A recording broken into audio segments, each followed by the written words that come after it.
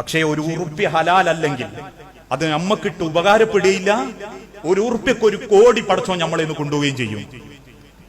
പല വൈക്കും അള്ളാഹു അത് നശിപ്പിച്ചാളും. എന്തുകൊണ്ടാ അള്ളാഹ് വേഗം നശിപ്പിക്കാത്തതെന്നറിയോ? ഇപ്പൊ നശിച്ചാൽ നമുക്ക് വലിയ ബേജാറുണ്ടാവില്ല. പക്ഷെ നമ്മൾ 1 ഉറുപ്പ്യക്ക് ഗതി കിടുന്ന ഒരു കാലം വരും, അന്ന് നമ്മളേലുള്ള 50 പൈസയും കൂടി പടച്ചോൻ കൊണ്ടുപോയിക്കാളും. അള്ളാഹു പറഞ്ഞൊരു വാക്കാണ്. അതുകൊണ്ടാ ഒരാളെ കണ്ണീരും പറ്റാത്ത പൈസ അയക്കണം.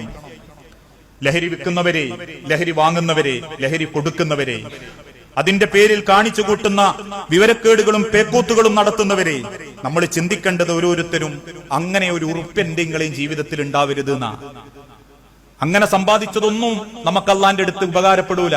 അള്ളാഹു നാളെ പരലോകത്ത് ഒരു രംഗത്തെ പറ്റി വിശദീകരിക്കുന്നുണ്ട്. ലാ തസൂലു ഖദമ അബ്ദൻ യൗമൽ ഖിയാമ ഹത്താ യുസ്അലു. 5 ചോദ്യങ്ങൾ, ആ ചോദ്യത്തിന്റെ ഉത്തരം പറയാതെ ഒരടി മുൻപോട്ട് വെക്കാൻ അള്ളാഹ് ഒരാൾക്കും അവസരം നൽകില്ല.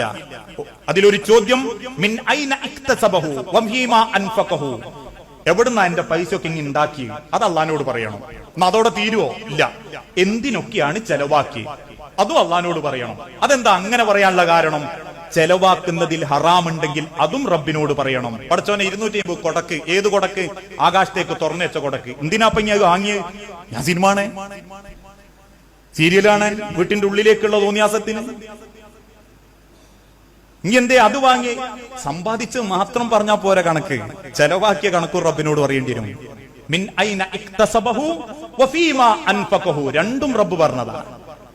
സമ്പാദിച്ച കണക്ക് മാത്രങ്ങൾ അള്ളാഹിനോട് പറയാന്ന് വിചാരിച്ചാ പോരാ, ചെലവാക്കിയതും എവിടെ എങ്ങനെ കൊടുത്തു എന്ന് അള്ളാഹു നിങ്ങളെ കൊണ്ട് പറയിപ്പിക്കും. പറയാൻ പറ്റാത്തവർക്കോ അള്ളാഹു ചുണ്ടുകൾക്ക് മുദ്ര വെക്കും. കൈകളും കാലുകളും കണ്ണുകളും അവരറിഞ്ഞതെല്ലാം റബ്ബിന്റെ മുൻപിൽ വിളിച്ചു പറയും. നമ്മൾ പറഞ്ഞില്ലെങ്കിലും ഇതിനൊക്കെ സാക്ഷികൾ പറയാൻ അവിടെ അള്ളാന്റെ അടുത്തുണ്ടാവും. കൈയായിട്ടും കാലായിട്ടും മനസ്സായിട്ടും വയറായിട്ടും. അതുകൊണ്ട് സൂക്ഷിക്കണം.